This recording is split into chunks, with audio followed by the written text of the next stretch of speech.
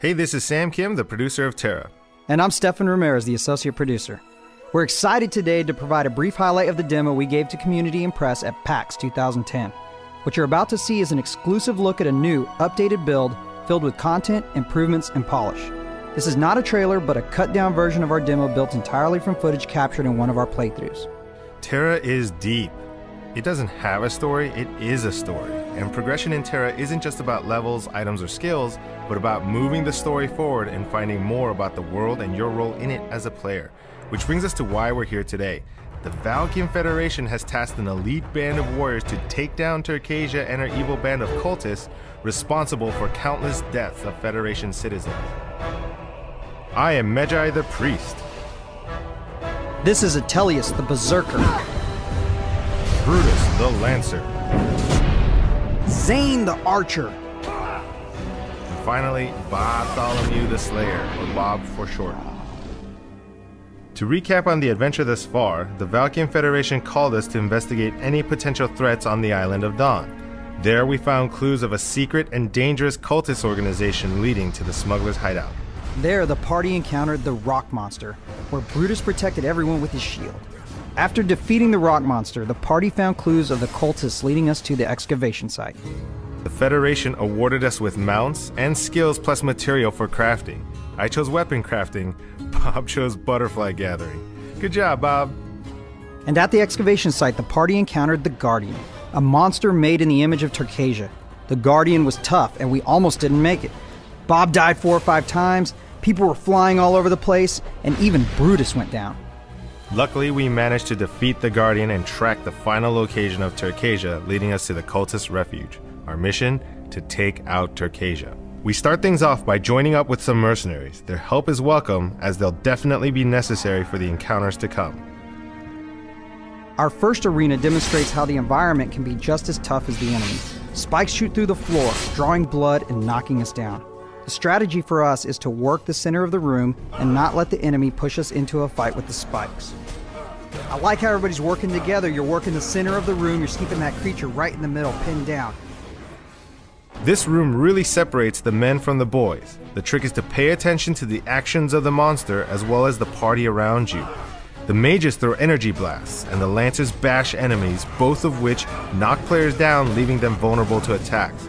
Those lancers can do just as much damage as our guys, but they're huge! Look at those shields! The party has to work together and really support each other to make it past this room.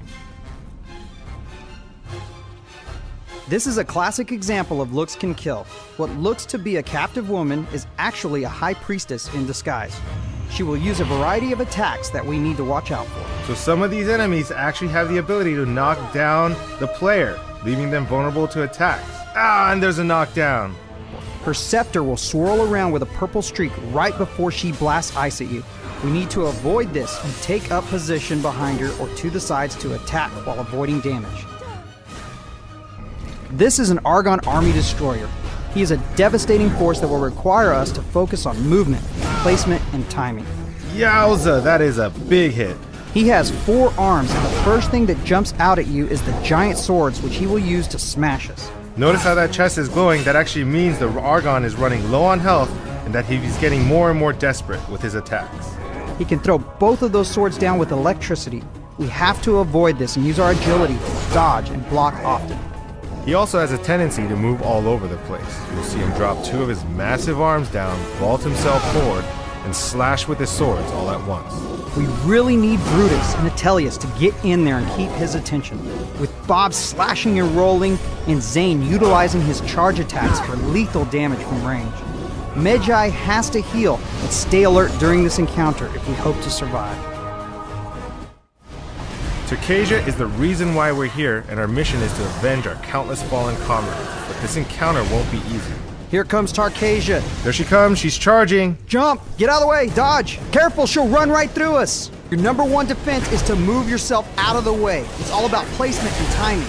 Watch for those tentacle attacks. Turkasia has 2 incredibly powerful tentacles that do massive damage, as well as spinning blades that decimate any nearby opponent.